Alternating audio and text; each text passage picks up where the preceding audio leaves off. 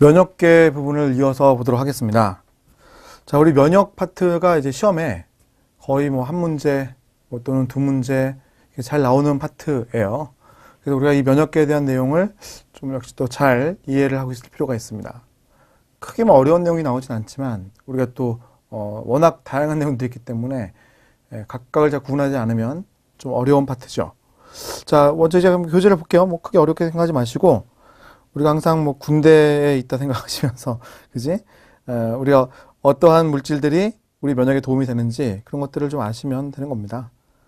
자, 우리 교재를 한번 이제 보시면요. 자, 교재에, 자, 우리 298페이지인데, 2차 방어의 종류라는 걸 보시죠. 2차 방어의 종류. 자, 2차 방어, 뭐 1차 방어 이렇게 구분을 시험에서는 하진 않아요. 그러니까 2차 방어라고 하는 것 자체를 면역계로 보시면 됩니다. 자, 그랬을 때 첫 번째는 외부 침입자의 특별한 구분 없이 비특이적으로, 그러니까 구분하지 않고 아무거나 막 잡아먹는 그런 반응이 이 비특이적 방어기구예요. 선천성 면역기구. 그러니까 태어났을 때부터 면역력이 있으니까. 두 번째는 외부 침입자를 구분해서 반응한 후에 없애는 특이적 방어기구, 후천성 면역. 그러니까 얘는 태어난 다음에 항원이 들어오면 면역력을 획득하니까 후천성 면역이라고 불렀죠. 그래서 후천성 면역이라고 하는 것은 특이적 방어기구라는 겁니다. 자, 그래서 선천성 면역이라고 하는 것이 항상 먼저 작동을 하는 것이고요. 선천성 면역 항상 먼저 작동을 하는 것이고, 그 다음 후천성 면역이죠. 능동 면역이라고 할 수도 있고, 또는 후천성 면역이라고 할 수도 있는데, 이 후천성 면역이 그 나중에 작동하는 거예요. 그래서 처음에 작동하는, 선천성 면역에 작동하는 그러한 종류가 이제 뭐가 있을까? 그걸 우리가 따져보는 거고요. 그 다음 후천성 면역, 항원이 들어온 다음에 작동하는 애들이 누가 있을까? 그런 것들을 따져보는 거죠. 자, 오른쪽 가보시면요. 선천성 면역에 대한 예들을 하고 있습니다. 자, 그러니까 선천성 면역이라는 것은 항원이 들어오기 전부터 이미 면역력을 갖고 있는 것들이에요. 그래서 이제 거기 이제 내용을 보게 되면, 세 번째 줄에 보시면, 대표적인 예가 pH를 산성 상태로 유지함으로써 미생물의 침입을 막는 역할을 한다라고 했습니다. 그래서 피부의 피지 또는 위 또는 맹장, 우리 맹장이 이제 항문 쪽에 있는, 위에 올라갔을 때 항문 쪽에 있는 걸 우리 맹장이라고 하잖아요. 자, 그 맹장 등에서 미생물의 침입 또는 증식을 막고 있다는 겁니다. 결국 선천성 면역이라고 하는 것은 후천성 면역이 작동하기 전까지 미생물의 침입 또는 성장을 막는 그런 기구라고 이제 할 수가 있죠. 자, 저 밑으로 이제 가보시면 세포성 면역과 체액성 면역을 구분해 놨는데, 세포성 면역이라고 하는 것은 세포가 면역 반응하는 것이고, 체액성 면역 반응은 체액, 즉 세포가 분비한 액들, 그 단백질들이 반응하는 게 체액성 면역이에요. 그러니까 우리 세포가 한다라고 하는 것들은 체액성 면역이죠.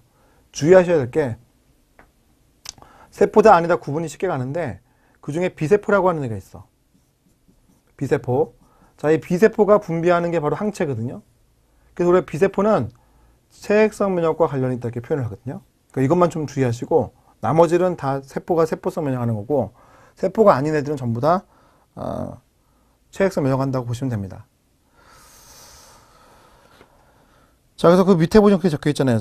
세포성 면역이라고 하는 것은 면역 세포들이 직접 표적과 접촉해서 반응하는 것을 말하는 것이고, 체액성 면역이라고 하는 것은 세포가 분비한 물질, 예를 들어서 비세포가 분비한 항체에 의해서 면역 반응이 일어나는 경우, 그때 우리가 체액성 면역이라고 표현을 하게 돼 있죠. 자, 넘겨보시고요.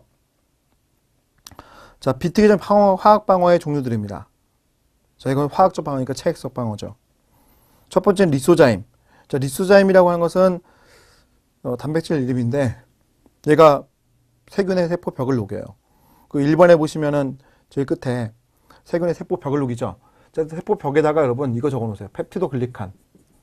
세균의 벽은 펩티도글리칸으로 이루어져 있는데, 이 펩티도글리칸들이 쭉 연결되어 있거든요. 이렇게 쭉 연결되어 있는 게 펩티도글리칸인데, 이걸 끊어요. 끊는 역할을 누가 한다? 리소자임이라는 애가 해주는 거죠. 우리가 그럼 귀지 있죠, 귀지. 이런 데도 들어있고, 눈물 이런 데도 들어있어요. 그러니까 이런 데를 통해서 세균이 들어온 거를 막는 역할을 리소자임이 하는 거죠. 저는 생체 아민류라는 것에서 두 번째 줄 끝에 보시면 히스타민이 있을 거예요. 히스타민. 히스타민 여러분 제일 밑에 4번, 44번 각주죠. 가보시면요. 히스타민은 비만 세포 또는 이제 호염구, 거기다 적어놓으세요, 여러분. 호염구, 비만 세포 또는 호염구 두 종류예요. 비만 세포 또는 호염구에 있다가 상처가 생기면 분비가 돼요. 그럼 상처 부위에 모세혈관을 확장시키고 혈관 투과성을 증가시키게 되는데 이러한 반응들 하는 것을 우리가 염증 반응을 불러요. 그래서 프로스타글란딘이라는 물질도 있죠. 프로스타글란딘이라는 물질이 있습니다. 이 물질도 그런 역할을 하고 뒤에 보시면 상처 부위에 열이 발생하고 부어오른다고 되어 있죠. 이런 게 염증 반응이에요. 그러니까 우리가 이렇게 뭐 이렇게 긁히잖아요. 그러면 여기 빨갛게 부어오르잖아요. 그런 걸 우리가 염증 반응을 부르죠. 그러니까 부어오르는 거 부종이라고 부르죠. 부어오르는 걸 우리가 부종이라고 불러요. 부어오르는 걸 우리가 부종이라고 부르죠. 빨갛게 부어오르는 것. 이런 게 염증 반응입니다. 자, 그 다음에 이제 3번 키딘이라고 하는 물질도 염증 반응을 유발할 수 있는 물질이고, 그 밑에 보채. 자, 보채라는 애가 이제 있는데, 보채, 이러한 게 이제 보채예요. 이 단백질들입니다. 혈액에 있는 단백질들인데, 이 단백질들이 여러 가지 기능하죠. 그래서 아래 보시면 4번에 20종류 혈장 단백질. 자, 얘들이 침입자 표면에 옵소나 작용을 한다. 옵소나. 여기 빨간 거 있죠. 여기 조그만 거, 조그만 거. 이런 것들이, 얘가 이제 세균인데, 이 세균의 주변에 들러붙었잖아요. 그럼 얘가 식세포예요. 먹는 애. 이 식세포가 이제 잘 먹게 됩니다. 그러니까 이 보채라고 하는 것이 쭉 감싸게 되면 우리가 옵소나라고 부르는 일이라는데, 이 옵소나라고 하는 이 표현이 식사 준비를 하다. 이런 표현이거든요. 식사 준비. 그럼 식사 준비되어 있으면 잘 먹을 수 있잖아요. 그런 것처럼 얘가 식사 준비를 해줬기 때문에 식세포의 식세포 작용이 훨씬 더 잘 일어납니다. 자, 그 다음 그 옆에 가보시면 막공격 복합체 형성한다. 자, 이게 막공격 복합체예요. 보시면 이제 요런 애들이죠. 요런 애들이 중심적으로 주변에 삥 둘러치게 됐는데, 그럼 세균의 막에 구멍이 생겨요. 이러한 그 형태를 이룬 것, 얘를 막공격 복합체라고 부르죠. 막공격 복합체. 이걸 이루어가지고요, 구멍을 냈다. 그럼 저 안에 있는 물질이 이렇게 쭉 빠져나오게 되어 있겠죠. 자, 그래서 용혈 반응이 일어난다. 이게 용혈이에요, 용혈. 터져 죽는 걸 용혈이라고 불러요. 자, 새로운 용어가 막 등장하는데, 용혈. 잘 알아놓으셔야겠죠, 용혈. 자, 그 다음에 염증 반응도 일부 일으킬 수도 있다는 게 특징이긴 한데, 거의 출제는 이제 이 얘기하고, 식사 준비하는 얘기하고, 이거 용혈 얘기가 잘 나와요. 그러니까 이걸 좀 기억하셔야 돼요. 누가 한다고요? 보채가 합니다, 보채. 이런 애들 우리가 보채라고 하거든요, 보채. 보채라고 하는 애가 두 가지 역할을 크게 하는 거죠. 하나는 옵소나, 하나는 용혈 반응. 그리고 염증 반응을 일으킬 수도 있어요. 비만 세포를 자극하면 또 역시 히스타민이 나가기 때문에 염증 반응을 촉매할 수도 있다, 이렇게 표현합니다. 자, 그 다음 이제 그 옆으로 가볼게요. 인터페론. 자, 인터페론이라고 하는 애들 있죠? 알파, 베타가 있어요. 얘는 바이러스에 감염된 세포에 분비가 돼요. 이거 알아두셔야 돼요. 인터페론 알파, 베타는 바이러스에 감염된 세포에서 분비됩니다. 그러면 감염되지 않은 세포를 보호해줘요. 자, 여기 보시면 바이러스에 감염된 애가 보일 거야. 인터페론 알파하고 베타가 나오죠. 인터페론은 1형 인터페론이라는 것도 있고 2형 인터페론도 있는데 이걸 이제 우리가 1형 인터페론이라고 부르거든요. 이 1형 인터페론이라고 하는 것이 영향을 줬죠. 그러면 이제 어떻게 돼요? 이 감염된 세포에서 분비된 물질에 의해서 감염이 안 된, 비감염된 세포가 보호를 받는 거죠. 반면에 그 다음 주 끝에 가보시면요. 인터페론 감마라는 게 있습니다. 인터페론 감마는 전혀 달라요. 얘들은 바이러스를 감염되었다고 해서 나오는 게 아닙니다. 얘들은 대직세포라고 하는 면역세포들을 활성화시키는 역할을 하죠. 암치료에도 쓰이죠. 암세포들을 없애는 역할을 합니다. 자, 넘겨보시고요. 6번에 자, 프로스타글란딘 있죠. 302페이지 6번 동그라미 프로스타글란딘. 자, 이놈은 염증 반응을 일으키는 특징이 있습니다. 염증 반응을 일으키는 특징. 자, 그 다음 뭐 케모카인이라는 얘기가 있는데 케모카인은 그렇게 잘 등장하진 않지만 다른 세포를 내적 유인하는 그런 역할을 하는 것들을 우리가 케모카인이라고 부릅니다. 자, 그 다음 그 밑에 가보시면 비특이적 세포방어라는 게 있죠. 자, 여기 이제 면역세포라고 하는 것들은 조혈모 세포에서 만들어져요. 그러니까 골수에 얘가 있기 때문에 이게 다 골수에서 만들어진 세포들이야. 자, 그 중에 다 골수에서 끝나는데 얘들만 달라요. 얘들은 골수에서 만들어지지만 T세포라고 하는 애들이죠. 골수에서 얘들이 만들어져요. 생성이 되는데 생성은 골수에 되었지만 얘들이 분화를 겪는 것은 흉선에서 분화돼요. 흉선에서 분화가 됩니다. 이 상황은 매우 특이한 상황이기 때문에 여러분이 아시면 매우 좋습니다. 흉선이라고 하는 것을 우리가 사이머스라고 부르기 때문에 사이머스. 이 T세포라고 불리는 이유가 이 T자를 따온 거예요. T세포만 좀 기억하시면 되겠습니다. 나머지는 다 골수에서 만들어지는 거예요. 자, 오른쪽으로 가보실까요? 오른쪽 가보시면 그럼 이제 열거를 했죠. 먼저 산성백혈구. 산성백혈구라고 하는 것은 산성 염색약에 의해서 염색이 잘 된다는 게 산성백혈구예요. 여기 호상구라는 애죠. 호상구. 얘들은 기생충방어 관련 있는 애들. 뭐 단순 암기입니다, 여러분. 호중구, 중성백혈구인데 얘들은 염기성 염색약과 또는 산성 염색약에 더 염색이 안 되는 애들이에요. 이걸 이제 중구라고 부르죠. 호중구는 미생물을 잡아먹고 파괴시키는 역할을 합니다. 그 다음 제가 맨 밑에 거 볼게요, 여러분. 호염구 있죠, 호염구. 염증만을 유도하네. 자, 그래서 얘네 세 개는요, 이렇게 세 개는 과립형이라고 불러요. 그러니까 세포 안에 과립들이 많이 있어. 지금 그림 보시면은 세포 안에 과립들이 막 보이는데, 그래서 우리가 과립형 세포라고 부릅니다. 과립형 세포. 그래서 어떤 염색약을 좋아하느냐에 따라서 이름들을 달리 해놨고, 역할들이 다르죠. 다시 3번으로 올라가 볼게요. 누가 있습니까? 대식세포. 대식세포는 백혈구의 일종인 단핵구에서 분해됐다는 게 특징이죠. 식세포인데 얘가 단핵구에서 분해됐다는 걸 아시면 되겠습니다. 즉 혈액 안에는요, 얘가 있어요. 단핵구. 혈액 안에는 단핵구가 있는데 그 단핵구가 빠져나오면서 대식세포가 되는 거죠. 잠시만요. 제가 목을 좀 조일게요, 여러분. 자, 그 다음, 그 아래 이제 보면 4번에 수지상세포라는 게 있죠? 자, 수지상세포라고 하는 애가 바로 이런 애인데, 이 수지상세포라고 하는 애들은 식세포 작용을 한 다음에 림프절로 이동을 하는 게 특징이에요. 여기 이제, 이게 특징이 그래요. 미생물을 잡아먹으면 이동을 해요. 림프절로. 림프절로 이동을 해서 그 림프절에 있는 T세포와 B세포들에게 제시를 합니다. 나 이거 먹었다? 이렇게 보여주는 거죠. 그런 애가 바로 저 수지상세포예요. 자, 그 다음 NK세포. NK세포는 바이러스나 그러니까 바이러스 감염되거나 암세포가 된 애들 있죠? 걔들을 인식해서 사멸을 유도하는, 그러니까 죽음을 유도하는 애죠. 자, 여기 NK세포라는 애가 이쪽에 있죠. 보시면 여기 NK세포. NK세포라고 하는 애가 있는데, 얘들은 암세포라든지, 또는 바이러스 감염세포에게 죽음을 유도하는 세포예요. 이게 특징들을 좀 알고 계셔야 돼요. 정말 단순한 특징들이긴 한데 이거를 알고 계셔야 돼요. 자, 밤에 다른 세포들도 있습니다. 이제 특이적 방어기구죠. 자, 특이적 방어기구에서 먼저 종류부터 볼게요, 여러분. 먼저 그 아래에 이제 종류부터 볼게요. 자, B세포. 골수에서 만들어진 게 특징이고요. 골수에서 분화가 돼요. 밑에 보시면 도움 T세포죠, 헬퍼 T세포. 자, 얘가 도움세포인데, 도움세포. 이 도움세포가 작용을 하게 되면 이 B세포가 바뀝니다. 그래서 이 B세포가 항체를 분비하는 세포하고 기억세포가 되는 거예요. 그때 항체를 분비한다는 것을 좀 기억해 주십시오. 형질세포라고 하는 애가 항체를 분비합니다. 자, 킬러 T세포 또는 사이토톡식 T세포가 되어 있는데 얘죠. 사이토톡식, 세포 독성 T세포라고 부르기도 합니다.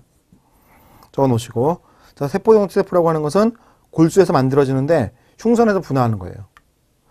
바이러스나 병균을 직접 파괴하거나 뭐 이들에 감염된 세포, 암세포를 죽이는 그런 세포성 반응하는 게 특징이죠. 세포 T세포입니다. 자, 헬퍼 T세포. 자, 골수에서 역시 만들어졌지만 흉선에서 분화한 거죠. 흉선에서 분화한 게 특징이에요. 그 다음 주 끝에 가보시면 다른 면역세포들을 분화시킨다. 일부는 기억세포 된다는 게 특징이죠. 일부는 기억세포 될 수가 있다. 자, 다음 주 넘겨보시면 뭐 그림이 있네요. 그죠? 그림. B세포, T세포.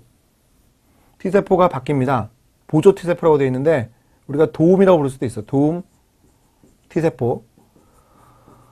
도움세포는 다른 세포들을 도와줘요. 그래서 이제 B세포라고 하는 애가 바뀌죠. 항체를 분비하는 형질세포. 그 다음 기억세포, 오래 사는 세포. 우리가 면역, 기억력 가진 것은 이 기억세포 때문에 괜찮은 거예요. 자, 그 다음 얘는 세포 속성 T세포. 그러니까 T세포가 도움세포와 세포는 나뉘게 되거든요. 도움세포는 다른 세포를 도와주는 역할을 하는 거고, 세포 T세포라고 하는 것은 면역 반응을 이제 하는 세포를 말하죠. 뭐 억제 T세포는 항체 분비를 억제하는 건데 이렇게 출제가 많이 되지는 않습니다. 자, 앞으로 한번 넘어가 보세요. 자, 303페이지에 보시면 다시 앞 페이지로 가보시면 303페이지. 후천성 면역은 세 가지 특성이 있습니다. 첫 번째는 다양성, 두 번째는 면역 관용, 세 번째는 면역 기억. 자, 다양성이라고 하는 것은 항원의 종류를 구분해야 되니까 다양성 갖고 있다고 그랬습니다.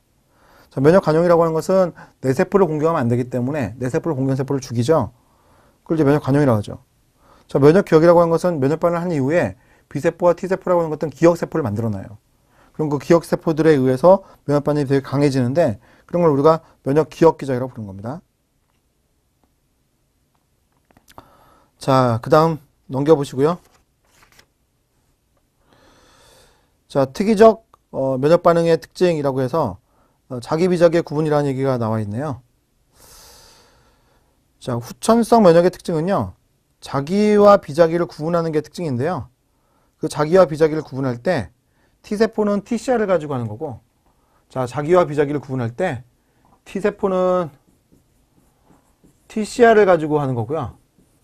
B세포는 자기와 비자기를 구분을 할 때 항체를 가지고 한다는 것 좀 기억하시면 좋겠습니다. B세포는 항체를 가지고 구분하는 거고 T세포는 TCR을 가지고 구분하는 거예요. 자, 그 다음에 이제 그 아래쪽에 이제 내용들을 쭉 가볼게요, 여러분. 예, 그 MHC라는 거 밑에 있는 내용을 먼저 볼게요. MH는 좀 나중에 얘기를 하겠습니다. 자, 두 번째 항원을 인지할 수 있는 능력이다. 여기부터 해볼게요. 자, T세포와 B세포는 모두 가지고 있는 항원 인지 능력이 있는데 T세포는 자기와 비자를 구분하는 능력을 통해 이루어지는 반면에, 그러니까 TC를 가지고 하죠. B세포는 항체와 독특한 항원 수용체라고 하는 걸 가지고 있어요. 그러니까 이게 항체입니다, 항체. 항원 수용체는 항원 관계가 발생하고 붙게 되는데 결국 항원은 특정한 단백질 구조가 많다 이렇게 돼 있죠. 그러니까 특정한 항원들을 인식하고 반응을 하는 거예요. 항원들을 인식하고 반응하는 거죠. 결국 이제 항체라고 하는 것이 그런 역할을 한다라고 보시면 되겠습니다. 자, 그다음 주저지적합성 복합체라는 걸 볼게요. 자, 주저지적합성 복합체. 자, T세포라고 하는 애가 항원을 인식할 때 반드시 이 MHC라고 하는 거, 항원 제시하는 세포, 자, 항원을 제시하는 세포에 의해서 MH라고 하는 것의 이 항원 조각, 단백질 조각이죠. 항원 펩타이드. 이걸 제시하는 걸 인식하는 거예요. 그러니까 여러분, T세포라고 하는 것은 TCR로 항원을 인식하는데 그 인식을 할 때 MHC에 제시가 되어 있는 항원, 이걸 인식하는 거예요. MHC에 제시가 되어 있는 항원, 이걸 인식하는 거죠. TCR 가지고 인식을 할 때 MHC에 제시가 된 항원을 인식하는 거예요. 우리는 뭐 항원 단백질이라고 생각해도 괜찮겠습니다만 이 관계를 이제 잘 기억하셔야 됩니다. 그러니까 항체라고 하는 것은 MHC에 항원을 인식하는 게 아니에요. 그냥 항원을 인식해요. 근데 TCR은 MHC에 제시가 된 항원 인식하게 되어 있다는 게 특징입니다. 자, 이제 그 아래 이제 보시면 MHC라는 것은 개인의 특징을 나타내는 세포 표면 단백질이에요. 100여 종이 있다는 게 특징이었죠. 다양성이 이제 큰 게 특징이고요. 그 아래에 가보시면요. 면역 세포가 이식된 조직의 세포, 자기와 같은 질을 구분할 때 감지하는 부위예요. 그러니까 면역 기억, 죄송합니다. 면역 거부 반응이라는 게 있잖아요. 면역 거부 반응. 이 말이 안 떠올라요. 자, 면역 거부 반응이라는 게 있는데 면역 거부 반응이 일어날 때에는 이 MHC가 되게 중요한 분자예요. 조직을 이식할 때 중요하기 때문에 메이저 히스토 컴패티블 컴플렉스를 불렀어요. 항원 적합한지를 본다는 거지. MHC가 다르면 면역 거부 반응이 일어납니다. 그러니까 우리가 장기 이식한다는 얘기를 많이 듣잖아요. 그 장기 이식은 면역 거부 반응을 최소화하기 위해서 하는 거거든요. 자, 그래서 내용 보시면 맨 밑에 장기 이식 장기 제공자와 수여자 MHC 삽이 다르잖아요. 그럼 거부 반응이 일어납니다. 자, 넘겨보시고요. 자, MH 종류는 두 종류가 있죠. 하나는 클래스 1, 핵을 가지고 있는 모든 세포가 갖고 있고요. 클래스 2, 이것은 마크로페이지, 수용세포, B세포가 갖고 있죠. 그렇다면 대의세포라고 하는 애는 클래스 1과 클래스 2가 다 있는 거예요. 클래스 1과 클래스 2가 다 있다는 거죠. 자, MHC는 T세포에서 인식이 되는 거고요. T세포의 수용체가 MHC 수용체와 항원을 동시에 인식을 해서 반응하는 것이 특징입니다. 자, 그 다음 그 아래 이제 보시면 2번 동그라미에 T세포의 항원 수용부라는 게 나와 있습니다. T세포. 자, 여기 TCR의 모습, 이게 TCR의 모습이죠. 자, TCR이 상대방 누가 원한다고요? MHC에 제시가 된 항원과 만난다고 그랬죠. 이걸 이제 인식하는 것이 TCR입니다. 자, 그런데 그 이제 밑에 보시면요. MHC형에 따라서 약간 다를 수가 있다고 얘기를 했어요.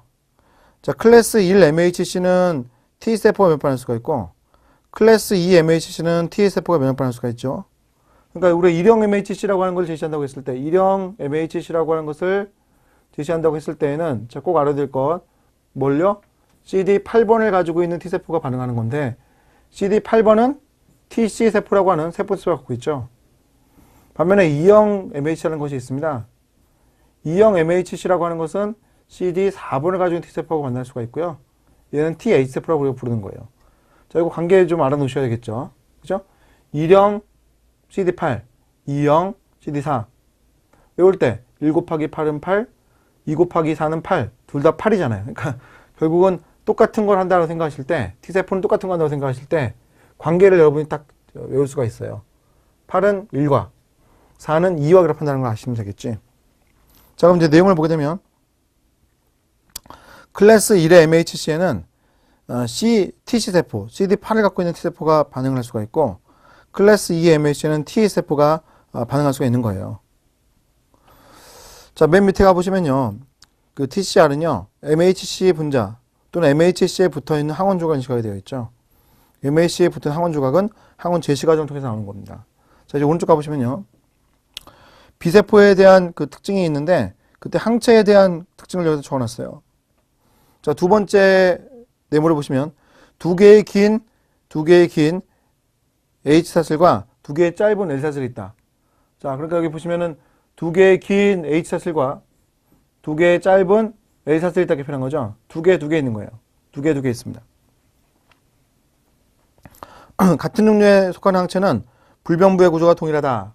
그러니까 이 불변부라고 하는 부분이 바로 이 부분이 불변부잖아요. 이게 잘랐을 때, 이렇게 잘랐을 때, 이 위에 부분과 이 아랫 부분은 있죠. 이게 이제 변이부고, 이게 이제 불변부예요.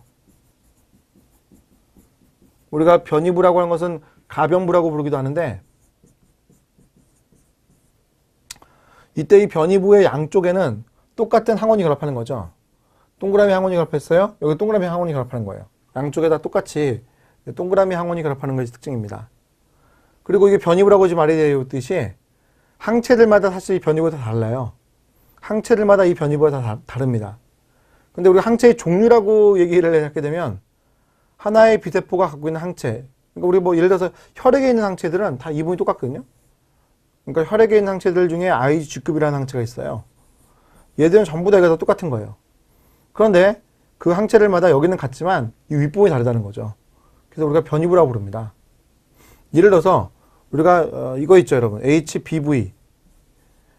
B형 간염 바이러스라는 게 있는데, B형 간염 바이러스라고 하는 백신을 우리가 맞잖아요. B형 간염 바이러스에 대한 백신을 맞으면 나는 B형 간염 바이러스에 대한 항체를 만들어요, 내 몸에서. 그때 바로 이 변이부라고 하는 것은 이놈에게 딱 맞는 애겠죠. 그런데 HCV를 내가 예방하고 싶다. 그러면 B형, C형 간염 바이러스인데, 그럼 이것에 대한 백신을 내가 맞아야 돼요. 그럼 이것에 대한 백신을 맞게 되면 항체는 이 변이부가 역시 달라요. 그러니까 HCV에 대한 변이부가 있는 거죠. 하지만 HBV에 대한 항체가 되었건 HCV에 대한 항체가 되었건 불변부라는 건 똑같다 이런 얘기입니다. 자, 그래서 그 아래 이제 보시면 항체는 불변부와 변이로 구분할 수가 있는데, 같은 종류에 속하는 항체는 불변부의 구조 동일해요. 하지만 변이부는 사슬의 말단부, 이쪽 끝부분이니까 말단부에 나타나게 되는데, 그때 항원과 결합하는 것이고, 같은 종류의 항체라도 변이부의 구조는 항체마다 다른 거죠. 자, 넘겨보시고요. 자, 이번에는 항체의 종류가 5가지가 있다는 것 알아두셔야겠습니다. 항체의 종류가 5가지가 있죠. IgG급은 단량체. 자, 뒤에 보시면 혈액이 있다는 거죠. 알아두셔야 돼요. 혈액이 있습니다. 그럼 뒤에 가보시면요. 태반을 통과하는 유일한 항체예요. 태반을 통과하는 유일한 항체. 자, 그리고 보체 반응하죠. 보체 반응한다고 했을 때 IgG급 항체와 IgN급 항체가 하거든요. 이것도 같이 적어놓으면 좋겠습니다. 보체에 의해서 반응이 일어나잖아요. 막공격 복합체 형성. 보체하고 하는 막공격 복합체 형성을 할 때 IgN급 또는 IgG급이 있으면 더욱더 이제 형성이 잘 돼요. 얘 형성을 더욱더 잘하는 애가 IG급, IGN급이죠. 아까 항체가 이제 도와줄 수 있다고 우리가 볼 수가 있는데 그때 IG급과 N급이에요. 자, 그 다음에 A를 보시면 일항체라고 되어 있죠. 일항체 여러분, 일항체 두 개짜리입니다. 이거 보시면요.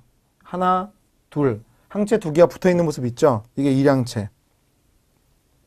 그다음 눈물 또는 모유죠. 초유 속에 들어있어요. 그다음 IGN급 오량체 다섯 개가 붙어 있죠. 다섯 개가 붙어 있어요. 이게 이제 오량체. 자, 그리고 중요한 점은요. ABO식 혈액형을 결정하는 응집수.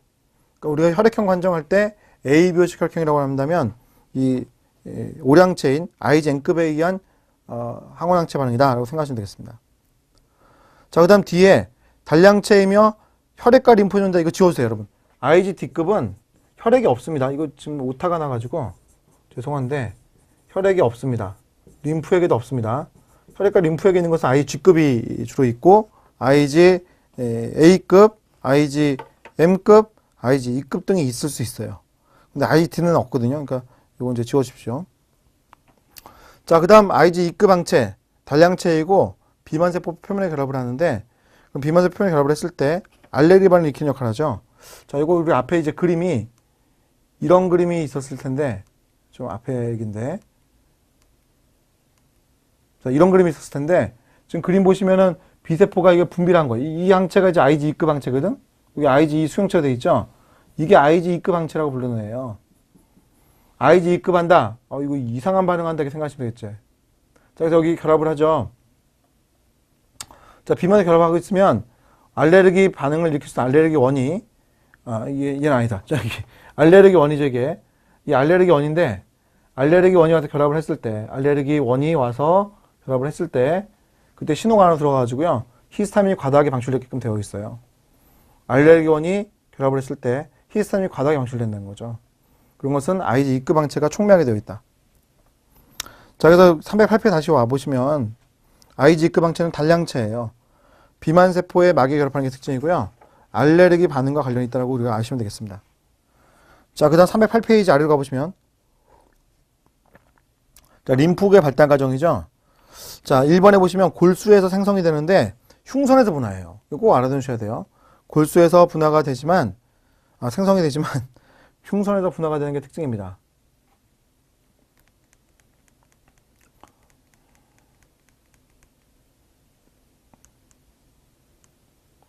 자, T세포라고 하는 것이 만들어질 때, 자, 이렇게 이제 만들어진 과정이 있는데, 이게 좀 복잡하죠. 지금 여기 보시면. 이게 이제 흉선 내거든요, 흉선. 흉선 내에서 T세포를 이제 분화를 시키는 거예요. 지금 그림 보시면. 자, 그랬을 때 그 T세포라고 하는 애가 분화가 될 때, 뭐, 뇌세포하고만 반응하고, 뇌세포만 반응하고, 또 자기 항원이라고 하는 것과는 반응하지 않는 이런 일이 발생을 하게끔 돼요. 그래서, 뇌세포하고 반응하니까 뇌세포를 알아차릴 수 있다 이런 얘기가 되는데, 뇌세포를 알아차렸는데 얘하고 강하게 반응하면 안 되잖아요. 그렇죠. 얘하고 강하게 반응해서 얘를 죽이면 안 되잖아요. 그러니까, T세포라고 하는 것은 뇌세포가 반응할 수 있고, 반응할 수 있는 너무 강하게 하면 안 된다. 이렇게 생각하시면 되겠습니다. 그럼 결국 누가 강하게 하느냐? 뇌세포가 아닌 것들과 강하게 반응하면 되는 거죠.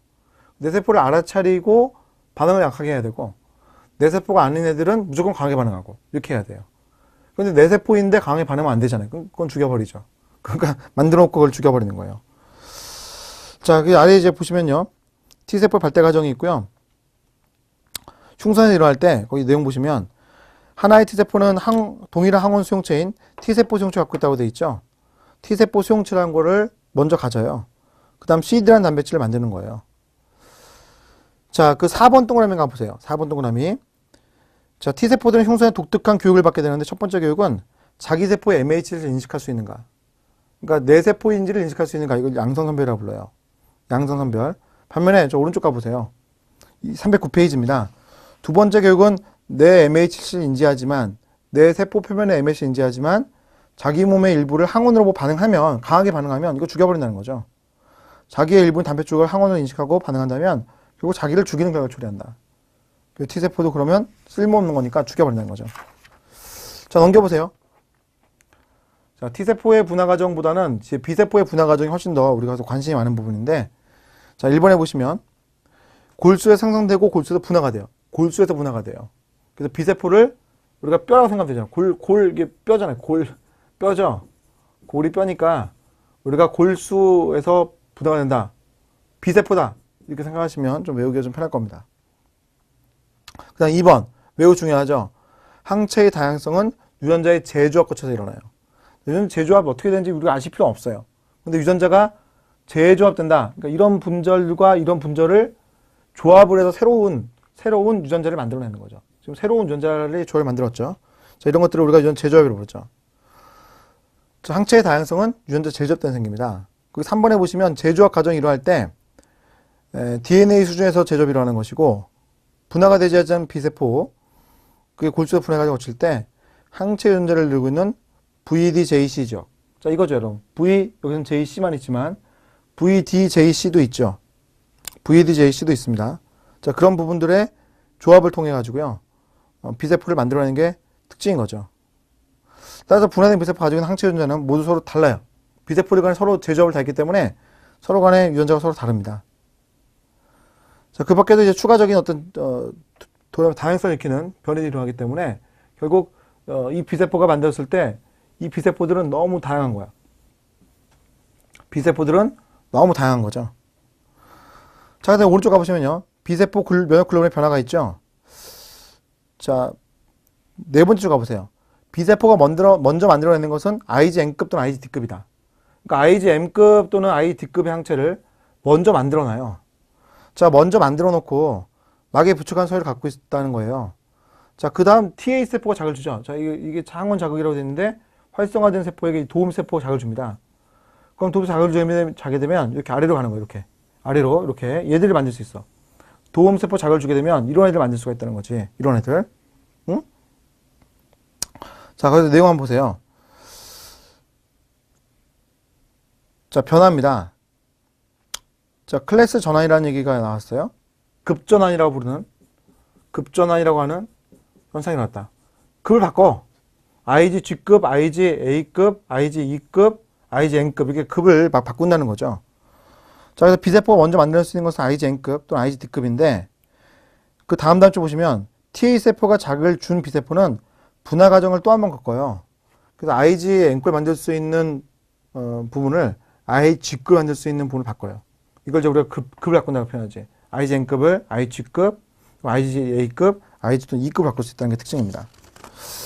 자, 넘겨보시고요. 자, 312페이지 클론 선택. 자, B세포라고 하는 집단이 만들어져 있으면 또는 T세포 집단이 만들어져 있으면 이들이 다양하게 만들어져 있을 때 자, 이들 중에 누구를 활성화시키는 거예요. 활성화를 시켜요. 그러면 어떻게 돼요? 막 분열을 한다는 거죠. 그 세포가 결국 면역할 수가 있죠. 자, 그런 것들이 클론 선택이죠. 자, 앞에 유전자 제적과 같이 만들어진 다양한 조합의 B세포와 T세포들이 있어요. 그 다음 외부에서 침입한 항원들이 들어오면 그 항원과 반응할 수 있는 B세포도 T세포가 있다는 거죠. 그럼 그 항원과 반응하는 B세포, T세포가 있기 때문에 얘들에 의해서 어떻게 돼요? 면역 반응이 강력하게 진행이 될 수가 있습니다. 자, 이걸 우리가 클론이 선택된다 이렇게 표현하는 거죠. 자, 그 다음에 이제 아래 가보시면요. 항원, 항체의 상호작용. 자, 항체는 항원들과 다발 형성할 수가 있고 바이러스를 중화시킬 수가 있죠. 자, 바이러스라고 하는 것이 감염되어 들어간다고 했을 때 이게 이제 바이러스예요. 이게 바이러스인데 바이러스가 숙주세포에 들어가려고 그래. 얘가 숙주세포야. 그럼 이 바이러스 표면에 있는 단백질과 숙주세포 표면에 있는 요 리셉터에 해당하는 단백질이 결합을 하니까 들어가는 거거든요. 근데 항체가 있으면 특히 IgG급 항체인데 이 항체가 있으면 여기에 붙어요. 바이러스 표면에 있는 단백질 붙죠. 그럼 이게 붙게 되면 이 바이러스가 들어갈 수 있는 방법이 없어요. 즉 숙주세포에 있는 수용체 결합을 해서 들어갈 수가 있는 건데 얘가 먼저 이렇게 딱 붙었으니까 못 들어가겠지. 이런 걸 우리가 중화작용이라고 부릅니다. 중화작용. 자, 바이러스 중화를 일으킨다. 또 옵선화 작용을 일으키기 때문에 결국 이제 세균 활동을 이제 활성화시킬 수 있는 그런 특징이 있다는 거죠. 자, 3번 보시면요. 혈액이 침전 유도한다는 특징이 있고, 자, 5번 보시면요. 보채기를 자극시키기 때문에 세포의 표면에 구멍을 내요. 막 공격 복합체라고 불렀죠. 그래서 그 세균을 죽이는 역할을 하죠. 자, 그 다음 오른쪽 가보시면요. 면역 반응의 체계라는 게 나왔습니다. 자, 이거 한번 전체적으로 살펴보자는 얘기죠. 전체적으로 한번 어떤 내용인지 살펴보자는 얘기예요. 자, 침입자가 체내에 들어오잖아요. 그럼 먼저 비트기 전 면역 반응이 먼저 일어나요. 그래서 마크로파이는 식구쟁을 하고 침입자들을 제거하는데 그 제거를 하는 동시에 자기에게 제시를 하죠. 나 이거 먹었어 하고 제시를 해요. 그럼 침입자를 삼킨 마크로파지는 침입자 항원을 자신의 E형 MHC죠. 클래스 E MH 부착시킨 상태로 제시를 합니다. 그럼 도움세포가 CD4 수용체로 마크로파지 항원 클래스 2 MAC를 인식해서 활성화돼요. 그러면 헬퍼티 세포가 도움세포가 사이토크롬 분비를 하죠. 그럼 분비한 것에 의해서 어떻게 됩니까? 면역세포의 기작들이 활성화되죠.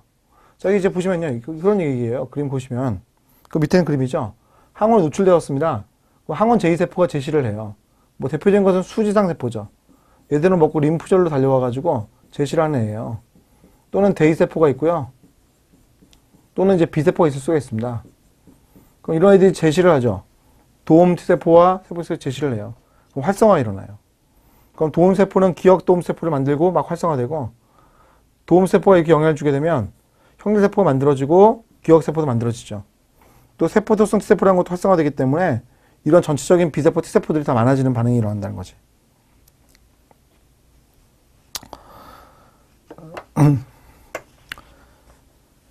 자, 그다음 4번 보시면요. 활성화된 T세포는 사이토크롬 분비하기 때문에 세포성 면역과 체액성 면역을 다 유도한다고 했습니다. 자, 넘겨보시고요. 자, 세포성 면역이라는 표현이 나왔습니다. 이것은 세포가 하는 것인데, 침입자에 감염된 세포막에 클래스 1 MAC의 항원 침입자가 부착되어서 제시가 되면 킬러 T세포, 즉 세포 T세포가 CD8 항체를 이용하고 이걸 붙잡고 결국 인식하기 때문에 감염세포를 터뜨려 죽이는 거예요. 자, 그 다음 3번. 체액성 면역이죠. 자, 체액성 면역은 B세포에 의한 면역 반응을 말하는 겁니다. B세포가 항체를 분비하는 것이 체액성 면역입니다. 자, 그 다음 오른쪽 가보시고요. 315페이지. 면역기가 잘못되는 경우라고 나왔죠. 자, 자가면역입니다. 자가면역은 내 면역세포가 내 자신의 세포를 공격하는 것. 이게 자가면역이에요. 림프가 자신의 단백질이나 조직을 공격하는 경우를 자가면역이라고 부르죠. 자, 밑에 보면 예가 나와 있습니다. 첫 번째 유머티즘, 류머티즘 관절염이죠. 자, 두 번째 인슐린 유형 당뇨병, 일형 당뇨병이죠. 일형 당뇨도 똑같이 자가면역 질환입니다. 항체라고 하는 것들에 의해서 췌장의 베타세포가 다 파괴돼요. 그러니까 일형 당뇨병에 걸리죠. 인슐린 분비가 안 되니까요. 자, 그 다음 앞으로 가보시면 백혈구 감소증, 무감마글로불 혈증, 뭐 이런 것들도 다 이게 자가면역 질환이죠. 자, 그 다음 아래 내려가 보시면 양거리 2번에 알레르기 반응. 자, 알레르기 반응은요, 그 2번에 가보시면 항원이 비만세포 표면에 있는 IgE 방체 결합을 해요. 그럼 비만세포가 무엇을 분비해요? 히스타민 분비합니다. 히스타민 분비하게 되면 모세혈관 투과수 증가되죠. 외분비선이 막 자극하죠. 그러니까 결국 피부 발진이라든지 콧물, 눈물, 재채기, 심하면 천식 이런 것들 알 수 있는 것이 알레르기 반응입니다. 자, 그다음 양걸 3번 가보시면요. 후천성 면역결핍증 얘기가 나왔네요. 자, HIV라는 바이러스가 있어요. 후천성 면역결핍증을 일으킬 수 있는 바이러스죠. 자, 얘가 특징이 있는 게 그 밑에 보시면 RNA로 유전자가 되어 있는 게 특징입니다. 얘의 유전자는요, RNA로 되어 있죠. 그리고 그 내부에 역전사 효소가 들어있기 때문에 역전사 효소를 통해서 얘가 스스로 자신의 그 RNA를 DNA로 만들 수가 있습니다.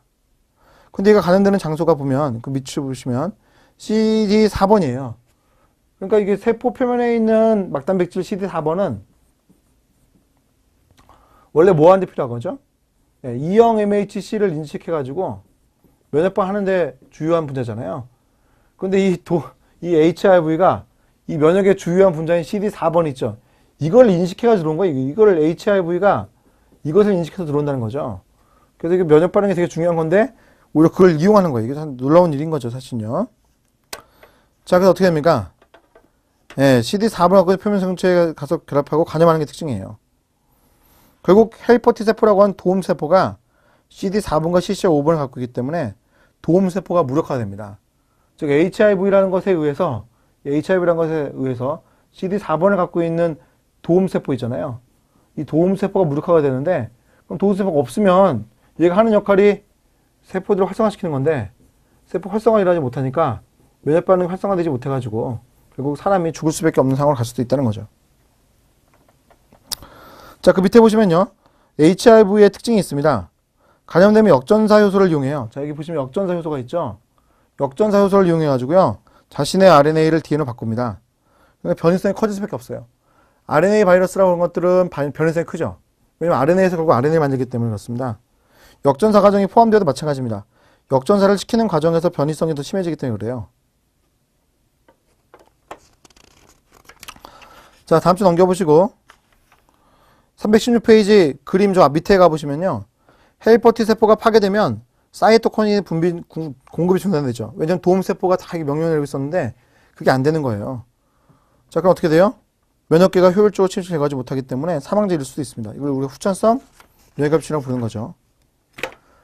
자, 이렇게 해서 제가 그 면역계의 내용을 좀 빠르게 한번 정리를 해봤는데, 정리된 내용들은 여러분 머릿속에 들어가 있어야 돼요. 그래서 이게 툭 치면 탁 튀어나올 수 있도록 정리를 잘 해놓고 시험 준비를 철저히 하도록 그렇게 하십시오. 자, 그리고 이제 넘어간 게 있었잖아요. 288페이지 다시 가셔가지고요. 288페이지. 대장을 보십시오, 대장. 자, 대장에는요, 두 번째 줄이네요. 끝에 뭐라고 되어 있습니까? 수분과 무기압류 흡수하는 게 특징이다. 대장은 소화 기능이 없습니다. 수분과 무기압류를 흡수하는 것이 특징이고요. 그 다음 줄 끝에 가보시면 미생물들이 있기도 하죠. 그러니까 우리 몸의 대장에 미생물들이 있습니다. 그걸 대장균이라고 부르잖아요. 대장균. 대장균들은 대장에 서식하면서 사실은 좋은 세균이기 때문에 우리 몸을 돕는 그런 역할을 할 수가 있죠. 자, 291페이지로 가볼까 이제? 291페이지입니다. 자, 간의 기능이라고 나왔습니다. 간의 기능. 거기에서요, 여러분 그 1번을 보시면 단당류 글리코겐 왔다 갔다 할 수 있어. 뭐 할 수 있어요? 글리코겐으로 저장할 수 있죠. 글리코겐 저장이 가능하다는 거 알아두십시오. 혈중의 포당의 농도는 간이 좌우합니다. 혈중의 포당 농도가 올라가는 것은 간에서 포당을 내놓았기 때문에 그런데 그 포당은 이 글리코겐에 저장되어 있던 걸 빼낸 거예요. 그럼 우리가 밥을 먹잖아요. 그럼 밥을 먹으면 혈당량이 올라갈 거 아니에요. 밥을 먹었으니까 포당이 많아지는데 그 포당이 간에서는 흡수가 되죠. 그러면 오히려 글리코겐을 그때 만듭니다. 그다음 그 아래에 보시면 아미노산이라고 하는 것을 혈장 단백질로 만들거나 또는 그 밑에 보시면 피루부산으로 만들어서 그걸 우리 체내에 다시 포당으로 만들어낼 수가 있어요. 간은요. 그래서 포당 신생이라는 기능을 할 수가 있습니다. 자, 그 다음 D번 보시면 지방단백질이라는 게 나왔죠. 질단백질 만들 수가 있는데 34번 각주 가보세요. 자, 그 중에 VLDL을 만드는 거야. VLDL을 먼저 만듭니다. 그럼 VLDL이 만들어지게 되면 얘가 나중에 혈관 안에서 저밀도 질단백질로 바뀌어요.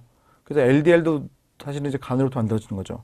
VLDL이 만들어진 다음 LDL로 바뀝니다. 반면에 HDL이라고 하는 것이 지금 보이시죠? 고밀도 질단백질. 자, HDL은 혈액에 있는 콜레스테롤을 흡수해서 간으로 갖다 주는 역할을 해요. 그러니까 콜레스테롤을 온몸에 퍼뜨리는 역할을 하는 것은 VLDL과 LDL이고 혈관에 있는 것들을 모아서 다시 간으로 보내주는 것은 HDL입니다. 그래서 HDL을 우리가 좋은 콜레스테롤 이렇게 얘기도 하죠. 왜냐면 혈관에 있는 것을 청소해 주니까. 그렇다고 LDL이 나쁜 콜레스테롤, 자, 그건 좀 약간 어폐가 있는 게 LDL이 무슨 잘못이 있겠어요. 그지? 기름기 있는 음식 많이 먹은 내가 잘못이지. 그러니까 LDL이 나쁜 건 아니고 원래는 좋은 거죠. 우리 몸에 지방 성분들을 공급해 준 역할을 하는 거니까. 그런데 너무 많아지면 동맥경화 유발할 수 있기 때문에 좋지 않다 이렇게 얘기하는 거지. 자, 그 다음 2번 가보시면요. 그 밑에 2번 동그라미입니다. 간의 기능에서 2번 동그라미 혈장 단백질들을 만들죠. 뭐 대표적인 게 알부민. 그 다음 3번 가보시면요. 기타에서 쓸개즙 만든다는 거 꼭 알아두셔야겠습니다. 쓸개즙은 간에서 만들어집니다. 자, 그 다음 B번 보시면요. 아미노산의 아미노기를 제거하는데 요소를 변화시킨다 했겠죠. 요소를 변화시키는 거야. 그러니까 요소라는 거 하는 것은 무독성 물질이에요. 질소노폐물은 NH3 플러스라고 해서 얘가 상당히 독성이 강한 물질이거든요. 얘를 이제 독성이 없는 물질로 바꾸는 역할을 하는 거죠. 누가요? 간이요. 그래서 우리가 요소회로라고 부르습니다. 요소회로.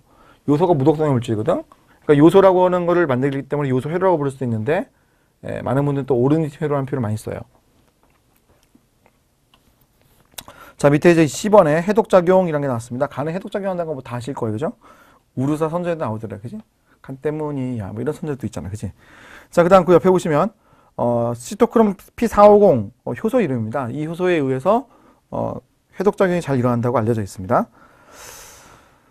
자, 이렇게 해서 우리가 소화기에 대한 내용을 뭐 쭉 봤고요. 그 다음은 배설기에 대한 내용을 할 건데, 배설기는 바로 그 다음 장에 있죠. 292페이지입니다. 292페이지 배설기에 대한 내용을 보도록 하겠습니다. 자, 먼저 신장의 역할, 기능이죠. 자, 거기 보시면 질소 노폐물의 배설. 그러니까 만드는 것은요, 간에서 만드는데 이 요소를 밖으로 이제 버리는 거죠. 이 요소를 이제 밖으로 버리는 거예요. 이걸 버립니다. 오줌 속으로 이제 밖으로 버리는 거야. 그건 누가 해요? 신장이 합니다. 콩팥. 신장이 이걸 버려주는 거예요. 요소는 우리 몸에 있어도 될까요? 없어도 될까요? 있어도 될까요? 아니면 없어야 될까요? 있어도 상관없죠. 이거 요소가 독성이 없으니까. 근데 쌓여있어봐도 뭐 쓸 건 없으니까 밖으로 내버립니다. 그래서 우리 체내에서 계속 밖으로 버린 역할을 신장이 하고 있는 거죠. 자, 그 다음 그 밑에 보시면 혈장 성분을 여과 및 제흡수 분비한다. 그러니까 혈장 성분을 깨끗하게 하는 역할, 이걸 배설계, 신장이 하는 거죠. 자, 그 다음 그 밑에 보시면 혈압 조절하는 게 있죠. 레닌 분비, 레닌이 나옵니다. 레닌에 의해서 혈압 조절하는 것이 특징이죠. 자, 그 다음 그 밑에 보시면 체액 조절, 물 보전, 물을 많이 가지고 있으려고 하고요. 삼투몰 조절, 삼투몰은 300ml 오스몰, 300ml 오스몰이라고 하는 농도로 유지를 하려고 노력을 하는 겁니다. 자, 그 다음 무기질 조절, 우리 체내 Na 플러스 이온과 K 플러스 이온 등 그런 뭐 이온들의 농도를 조절하는 역할을 하죠. 자, 혈중 pH 조절, pH, 즉 산성화가 되거나 알칼리화가 된 것을 막는 역할을 역시 또 배설계가 해줍니다. 자, 비타민 D의 활성화, 비타민 D를 활성화시킬 수가 있다 이렇게 얘기를 하는 건데, 비타민 D라고 하는 것은 우리 체내에서 칼슘 흡수에 되게 필요한 물질이거든요. 근데 이 칼슘 흡수를 할 때 비타민 D가 활성화가 돼야 되는데, 활성화가 일어나는 것이 간과 신장 거쳐서 일어나게 돼 있어요. 간과 신장 거쳐서 일어나게 돼 있습니다. 그래서 신장이라는 게 상당히 중요한 많은 역할들을 하고 있는 거죠. 자, 그 밑에 보시면요, 배설의 형태 해가지고요, 단백질이죠. 단백질을 많이 소화하게 되면 암모니아가 만들어져요. 단백질 대사를 많이 하면 단백질 있는 음료만 먹었다, 뭐 어떤 단백질 보충제만 먹었다, 단백질이 많은 뭐 닭가슴살을 먹었다, 그러면 우리 체내에 독소가 쌓입니다. 암모니아가 강력인데 이게 막 쌓여요. 그럼 간에서 어떻게 하면 요소회로를 통해 가지고 요소를 만들죠.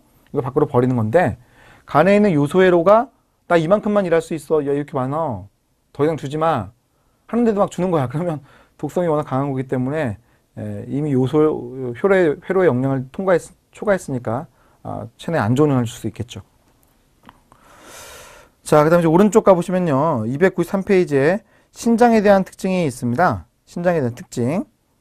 그 밑으로 이제 쭉 가보시면 신장의 구조에서 신장은 두 개가 있고, 하나의 신장은 피질과 수질로 구성되어 있다고 했어요. 바깥쪽에 있는 게 이제 피질이고 안쪽에 있는 게 수질이잖아요. 그치? 예, 자, 안쪽에 있는 건 수질, 바깥쪽에 있는 건 피질. 그때 보시면 피질은 신장의 바깥쪽에 있고, 말피기 소치와 세뇨관 일부가 있어요. 말피기 소치라고 하는 것은 그 밑에 보시면 사구체와 보호문 주머니, 즉 여과가 되는 장소입니다. 즉 신장의 피질이라고 하는 것은 여과가 일어나는 거예요. 신장의 피질은 여과가 일어나는 장소고, 아래쪽에서는 수질 쪽에서는요, 제흡수와 분비가 잘 일어날 수가 있어요. 물론 뭐 피질이 전혀 못한다는 건 아닙니다만, 제흡수와 분비가 잘 일어나는 모습이 이쪽 안쪽에서 이제 보인다는 거지, 안쪽에서. 그러니까 이제 이 얘기를 드리면, 이 신동맥이 체내로 들어와 가지고요, 피질까지 갔다가 다시 이렇게 흘러가는 거예요. 그럼 이제 오줌으로 나갈 수가 있죠. 일정한 성분만큼은 오줌 나가죠. 자, 넘겨보시고요. 자, 신장에서 사구체하고 보호문 주머니가 보여요. 이걸 말피기 소체라고 부르죠. 자, 얘를 포함해서 이렇게 내가 단면을 자르게 되면 이만큼은 피질이 되는 거고요. 아래쪽 부분은 이제 수질이 되는 거예요. 피질과 좀 나눌 수가 있습니다. 혈장 성분이 들어왔죠. 여과가 일어나는 게 바로 여기죠. 이게 여과. 예? 필터레이션이 일어나죠. 자, 그래서 우리 295페이지를 보시게 되면 여과는 피질에서 일어난다 이렇게 표현된 거예요. 피질에서. 사구체의 높은 혈압. 이 사구체가 혈압이 좀 높아요. 그러니까 혈압이라는 힘에 의해서 사구체에서 보호문 주머니 방향으로 여과가 일어납니다. 그때 이거 중요합니다. 크기가 작은 것들만 여과되는 거예요. 크기가 작은 것들만 여과되는 겁니다. 그래서 무기염류, Na 플러스 이온 등 무기염류, 또는 이제 포도당, 아미노산, 비타민, 지수노폐물 등 이런 것들은 다 여과가 되는 거예요. 빠져나오죠. 빠져나오는데 대부분의 것들은 안 빠져나와. 크기가 큰 것들은요. 그래서 글리코겐, 단백질, 지방, 혈구 등은 빠져나오지 않습니다. 자, 그럼 이제 빠져나온 것들 중에 포도당은 내가 필요하잖아. 이거는 나가게 하면 안 되지. 크게 작아서 들어왔지만, 그러니까 척에 달아서 작았기 때문에 여과가 됐지만 갖고 들어와야 되잖아요. 그러니까 이걸 이제 거의 100% 재흡수를 하는 거고요. 자, 어떠한 성분들은 여과가 안 된 게 있을 거예요. 크기가 작은데도 불구하고 여과가 안 된 애들이 존재합니다. 그런 것들은 이제 밖으로 빼내겠다라는 거죠. 그게 이제 분비입니다. 그래서 우리가 재흡수와 분비라는 것을 얘기한다는 거지. 그래서 아래 이제 보면요, 그런 말이 나왔어요. 수질에서 주로 일어나는 것인데 능동성이 일어나는 것이고, 자, 그때 세뇨관의 헬레고리 쪽에서는 모세혈관 방향으로 재흡수가 일어날 때 몸에 필요한 성분들만 갖고 들어오는 거예요. 그럼 특히 이제 이 헬레고리 갖고 잘 얘기하는데, 헬레고리의 아래로 내려오는 부분, 하행지에서는 물을 갖고 들어오는 거고, 이쪽 상행지 부분 있죠? 이쪽 상행지 부분에서는 Na 플러스 Cl 마이너스 NaCl만 갖고 들어오는 모습 보이는 거예요. 이건 꼭 외우셔야 됩니다. 자, 다음 주 넘겨보세요. 자, 그 다음 신장의 조절이라는 것에서 물 버전을 한번 보십시다. 물 버전. 자, 물 버전을 보시면 네 번째 줄로 가보세요.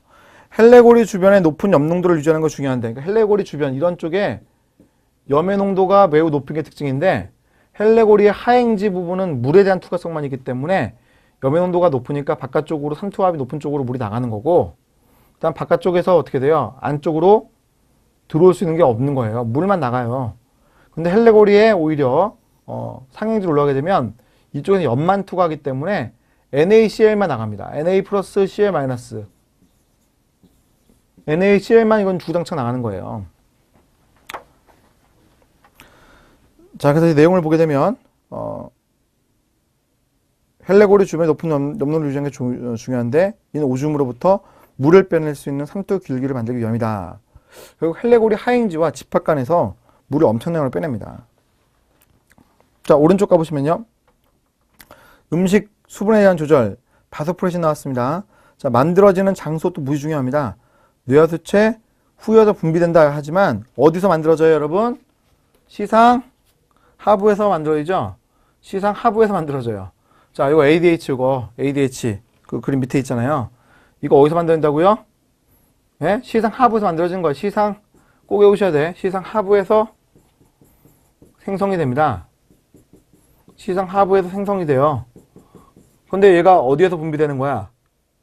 저장은 뇌하수체 후엽에 되어 있다가 이거 뇌하수체